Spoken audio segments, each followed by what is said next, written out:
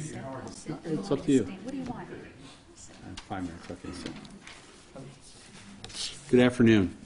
My name is Todd Worth. I'm the Chief of Police here for Boardman Township. I appreciate everybody coming this afternoon. We'd like to provide an update on an investigation of a 1972 murder of 12-year-old Bradley Bellino, who's pictured to my left here. On Saturday, April 1st, 1972, at approximately 3:30 p.m., the family of 12-year-old Bradley Bellino reported to the Boardman Police Department that their son was missing from the residence on McClurg Road in Boardman. The exact time of his disappearance was unknown. Other than home, the last place he was seen alive was at a friend's residence on Teakwood Drive in Boardman at 7 p.m. the day before.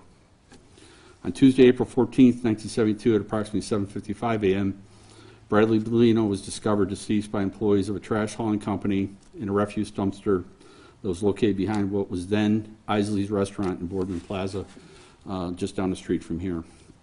The Boardman Police Department worked extensively over the years to try and positively identify and charge a suspect in the homicide. In 2001, Bellino's clothes were sent to the Ohio Bureau of Investigation's Forensic Laboratory for testing. A DNA profile was obtained from evidence that was left on the victim. Retired Chief of Police for Boardman at the time, Jeffrey Patterson, was instrumental in that initiative to obtain that evidence, which pretty much leads us here today.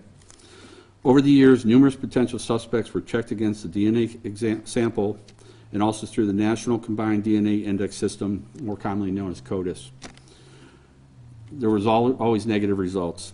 Several search warrants were served on individuals as part of this effort.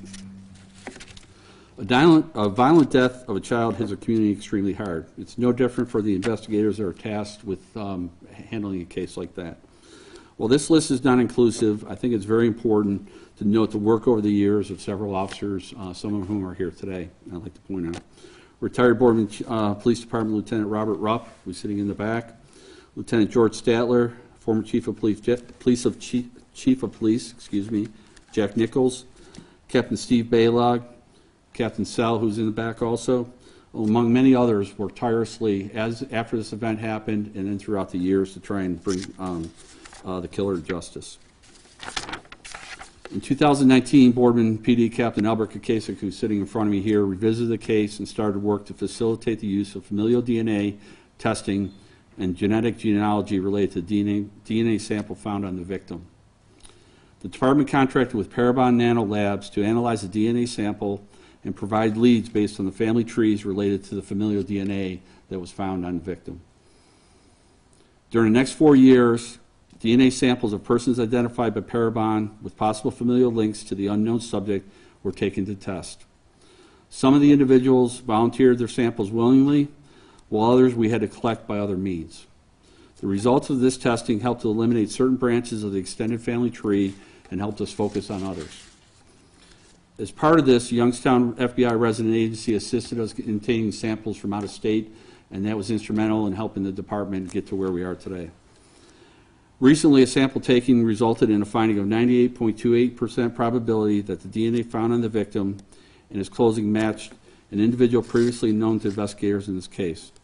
The identified subject, Joseph Norman Hill, Captain Kakasik will flip this picture around, resided at Shadyside Drive in Boardman at the time of Bellino's death. Hill moved to California approximately 6 years later and died there in 2019 from natural causes. While residing in Boardman, Hill worked as a truck driver for a bottled water company. He was 32 years old at the time of the murder. At this time, we have not been able to find any link between Hill and the Bellino family or the victim. There's a significant amount of work that's done on the case by the Boardman Police Department and other agencies over the years. Investigators followed up on several hundreds of leads, if not thousands, not only at the start of the investigation, but as information and potential tips came in over the years. I'd like to also again stress the work done in 2001 to obtain the DNA sample was a key aspect in bringing us to where we're at today. Captain Albert Kakasik, I can't say enough about his professionalism, initiative, diligence, and perseverance on this case. Again, without his efforts in conjunction with all the investigators over the years, we wouldn't be here today. I'd also like to stress and point out and thank the Ohio Attorney General's Office, BCI, forensic DNA scientist Erica Jimenez. Erica could not be here today. Erica works out of London and is working on several other high-profile cases, and simply taking time away will take away from other cases. But I'd like to really highlight the work that she did in conjunction with her and Captain Kasich, who were in touch throughout the last 4 years. Boardman PD has been in contact with the San Bernardino Sheriff's Department concerning Hill. He resided over several addresses, I believe 14 or so addresses in the county after moving to California. A focus in our coordination with them is to see if any additional unsolved cases could be linked to Hill. His only known criminal history is a 1986 conviction in Los Angeles for disorderly conduct and solicitation for a lewd act. There's no existing case files that have any details on that case. As part of that effort, if anyone has information about Hill while you reside here in Boardman, I'd ask you to call the Boardman Police Department at 330-726-4144. We believe there's sufficient evidence to present to a grand jury if Hill was alive, and that ultimately would lead to his indictment. While Hill cannot be fully held accountable for this horrendous crime, our hope is that after 50-some years, knowing who is responsible brings some closure to the people involved in this case, not only the investigators, but especially, obviously, the family and friends. The family has expressed their gratitude for the work of law enforcement, again, from originally to Captain Kasich's efforts, also BCI's. It's a very emotional time for them, as you can imagine. They do not wish to make a public comment. I'd ask that, out of respect, that we honor those wishes and let them continue to heal and obviously process the new information here. I'd ask our Mahoning County Prosecutor, Gina DiGenova, to come up and make a couple comments. Sure. Thanks, Chief. As Chief said, I am Gina DiGenova. I'm the Mahoning County Prosecuting Attorney. I just want to say, we have reviewed that file. Members of our team we've sat down with Boardman Police, we've reviewed the file, and members of our team are comfortable, to echo the Chief's sentiments, that we would be comfortable presenting the case to a grand jury. You never know what a grand jury would do, but we are comfortable with the investigation and the evidence that has been conducted. 50 years, a child is lost, and I have children, and to even imagine what it would be like and what that family must have gone through, having no closure for such a long time, is heartbreaking for me as a mother and a resident and the prosecutor for this community. And I can't say enough about the hard work of this police department, who worked tirelessly throughout the years, 50 years. They continued to look. They didn't let it go. They kept looking. As technology improved, as DNA analyses were created, and the ability to look into the evidence that we had was developed, they didn't stop. And I commend this department. I also commend Captain Kasich, who worked tirelessly. And, at no small fee. I mean, there was substantial funds that were spent in order to effect these tests. And this came out of a rather tight budget as it was. And, I, again, commend this department. And this is a very good day for the Bellino family and the community. Any day you can get some closure for horrendous crimes and to have justice served is a good day, though bittersweet. And, again, we were happy to be here and take part in this. And I want to give it over to Captain Kasich to say a few words and talk a little bit about all the hard work that you did. I mean, it's commendable. And, we applaud you and applaud the work of this department. So thank you very much. I just wanted to mention that there were 3 phases to the investigation. The first phase was obviously from when Bradley had died to approximately 2001. Many leads were developed, many vehicle descriptions, many interviews, polygraphs. A lot of work was done, a lot of research, but it simply did not lead to any conclusive suspect or any conclusive evidence.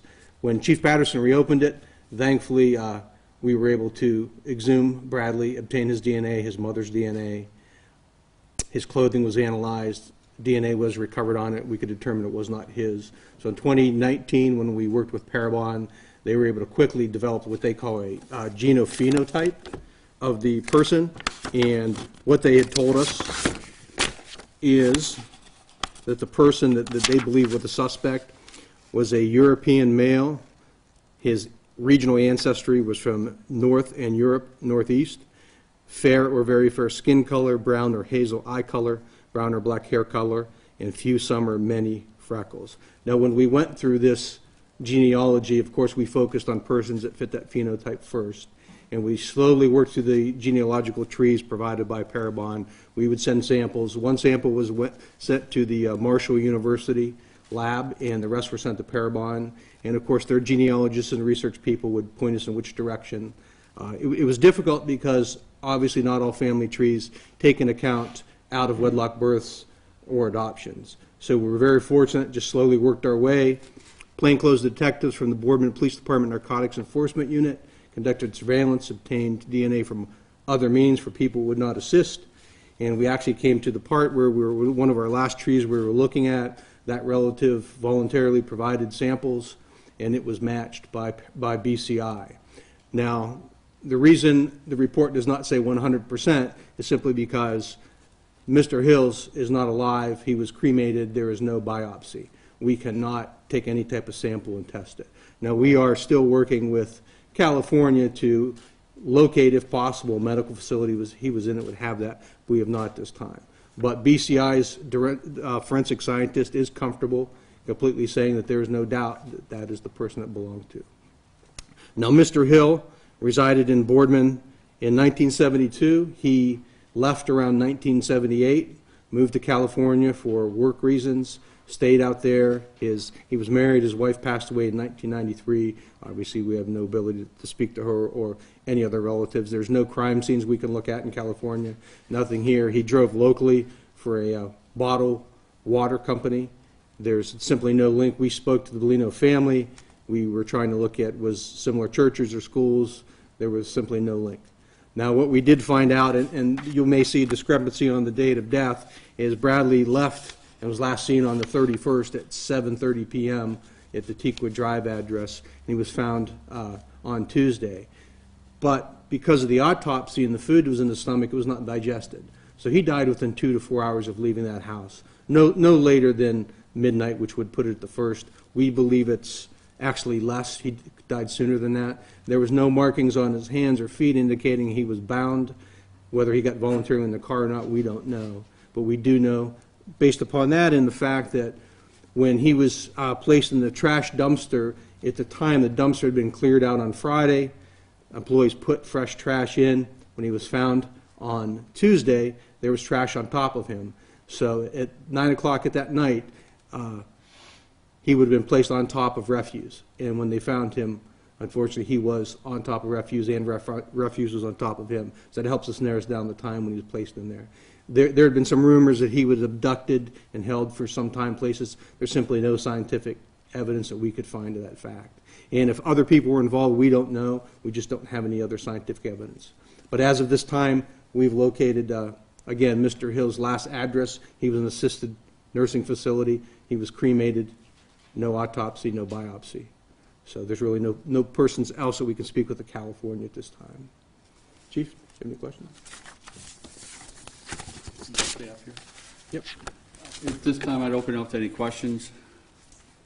I just wanted, Chief, did you say he came up in this investigation before? And if so, how? No, he was not identified. He was known at that time to drive a gold Monte Carlo. But he was never a suspect? He was never a suspect, and the vehicle was not one of the vehicles that we had looked at early on in the investigation.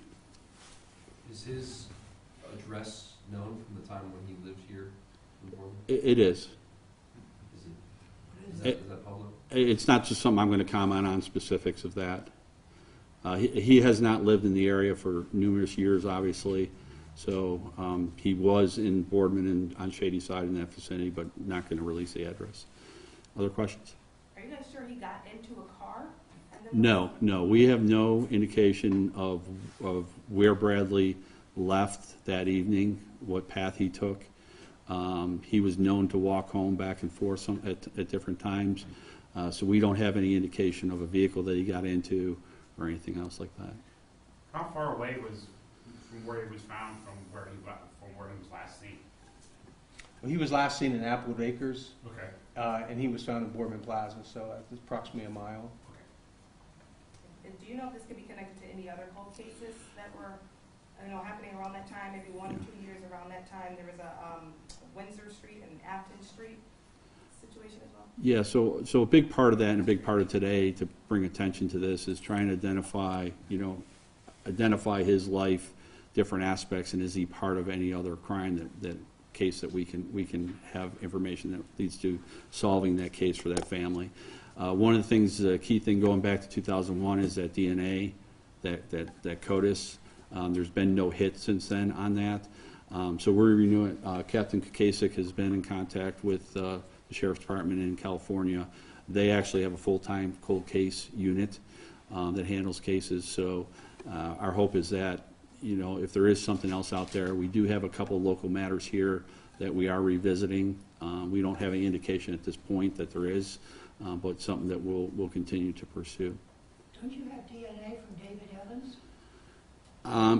It's not something like that we consider an open investigation, so that's something that we obviously are going to look at now that we have some other indication. So that death was ruled by natural causes, but we are right now currently looking at that case, revisiting that, and so obviously if we can link these two cases, that would be a great thing for us with the family, but at this point we don't have any indication. But you did have physical evidence from that particular. Well, I'd consider that an open investigation, especially now that we're revisiting it, so I'm not going to talk about the details of that case. Thomas Berry. What's that? Thomas Berry. I'm not familiar with that. Yeah, Thomas Baird, we were also actually looking at that case also. Okay. We don't think at this time it's related. We think the facts are differently. And I'm not saying they are, but if you look at the evidence in the cases, and Thomas Baird, when he was actually in a hospital after he was physically assaulted, he had trouble talking. He had a lot of health problems, but they were trying to speak to him, the detectives, and they asked him if he knew who assaulted him, and he actually shook his head and said yes, but they were never to find out who. And with So there's still work to be done on that case. And with the Evans case is a little bit more because we have that time period being close to each other, similar kind of circumstances. So, but at this point, we don't have a specific information linking Mr. Hill to that case, but something we are looking at. You said that 98% DNA match. You were able to obtain that how? That was the DNA through a family member of Mr. Hill. We obtained his DNA. BCI, the lab, now analyzed that, and they come to the conclusion that the father of that DNA sample was the DNA that was found on our victim.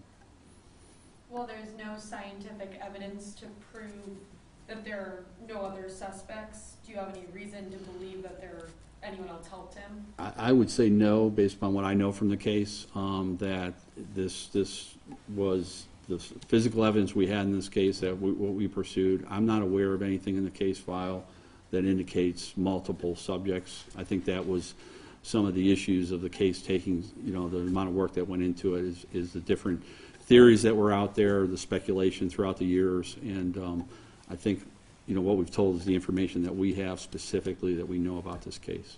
This familial DNA system is COGIS? Is that what you said it was? COGIS? No.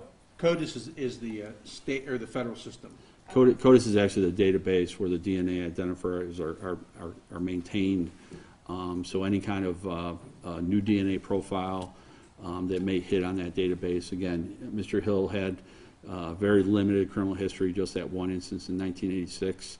So somebody now that's involved in a violent crime, that DNA is available. But we have never received a hit from the CODIS database saying that the DNA profile that was put in 2001 came to a suspected individual or somebody that we could link to the area. Captain, was his bike ever found? We have no indication there was a bicycle involved. Our understanding was he did not ride his bike that evening from the residence that he was at. He had walked from the residence. Where did the abduction take place at, you think? We can't speculate to that. We don't know. Again, the facts of the case that bring us here today is that the DNA that was taken off of Bradley, the victim, comes back to Mr. Hill. But he left Teakwood, obviously the residence, where he was found behind the plaza, Where he was actually at, we don't know. Yeah. And it's my understanding from talking to different family members that he did not ride his bike from that residence. He had walked from the residence. There was nothing that says he was found by Lake Park on Lake Park Road? No, that was Mr. Baird, was found on Lake Park Road. That's a different As far as him incident. being abducted there, I mean? No, we have no clue. We know he left the residence at 7:30 and then wasn't found again until Tuesday. But the Lake Park Road case was Mr. Baird was found alive and injured on Lake. Who found Bradley? The refuse company employees picking up the trash behind Isley's. No police. No, it was there was 2 dumpsters back there, and they came to pick up the trash, and one happened to look in and saw it. And of course, there's statements from them. I have a question. I mean, this is such a violent, brutal, sadistic crime. Did you use a profiler? And also, isn't it quite unusual that somebody that would commit a crime like that would only do it once? You know, it's not an area of expertise that I have or we have within the department. I'm not sure if throughout the investigation, again, there was a lot of different means that they looked at over the years. I'm not sure if the FBI or a profiler was ever using that. And I don't know that I'd speculate that, you know, he was involved in other crimes just simply because we don't have other information. Obviously, we're trying to track that down. That's an important aspect of us being here today and continuing that, is if we can develop any other information, any other leads, you know, whether it's where he lived in California or while he was here, that we'll track that down. So if there's ever any other interaction with him by individuals, we have no indication from the family that he was anything but, you know, that there were any issues there or anything else like that. But you indicated that this DNA is now in the national base, and the California folks are checking closely. So, Well, there's a national system, I don't want to speak for California, there's a national system set up that you enter the DNA, and if a new DNA sample comes, it will hit against that, and then it'll give the investigators leads to go talk to the individual and pursue that case. There are cases out there, just like in 2001 with Bradley Bellino, and that's why I really wanted to highlight that with Chief Patterson at the time, was they took that, you know, exhumed the body to see if there was DNA there. There are cases out there, again, when we're talking about 50 years ago, that possibly could not have DNA samples. So that's an issue. I mean, I'm hoping today, and our purpose here today is to identify if there's other crimes committed, whether it's here in Boardman, California, or in between, that we can identify something and try and bring some measure of justice to those crimes and some answers to those families. It was mentioned that there was a great cost for this DNA. Do you have an estimate on the cost? Yeah, so it was just over $29,000 total, and there was an initial cost in 2018, 2019 as they developed the profile that Captain had talked about. And then as we went through different trees or branches of that tree, there were different costs to continue that. And so it wasn't $29,000 at one moment. It was throughout the course of investigation of 4 years. But I would stress that $29,000, I don't think there's a person in this room would hesitate, or our government would hesitate to spend that to bring some closure to the family. So that money was well spent. And again, it just methodically, again, I brought up Erica at BCI, Parabon, and Captain Kakasik, just methodically going through those branches at different times when people weren't cooperative, and then we were able to obtain the DNA. We have Detective Switko's here, just recently retired. Other detectives here in Boardman were instrumental in obtaining those samples. We'd be very excited, thinking, okay, and then it'll come back negative. We take a deep breath and go on to that next step, which led us here today. did you speak to Pete contemporarize the case? In other words, did you talk to other truck drivers and his employer? We're still kind of looking at different avenues. Again, our focus right now was to, really focus with the family, bringing some sense of closure to them, and then kind of taking a step back. What are our next steps? Obviously, I think our big focus is to see if he's responsible for any other crimes. Right now, we have no indication other than he led a normal life here. I was kind of from the family, was here, 32 years old at the time of the murder, left here 6 years after that to California, had lived in about 14 different residences, but very, very limited family, very limited information on that. You know, I'm not going to comment in detail on the family and everything, but we don't have any indication that, other than what's here today, that there was other issues, that he was involved in other crimes. Additional questions? We'll stay afterwards. If you have additional questions, we'd be happy to answer them, and we appreciate everybody coming here today. Prosecutor, anything? Okay. No, again, you know, just very happy for the family to have some closure, and again, very proud and happy to be part of, you know, this long process. It takes a village, and you know, thank you for everything that you all did on this case, and you know, if there's a connection to any more, hopefully we can get some things solved and bring some closure to some other families as well.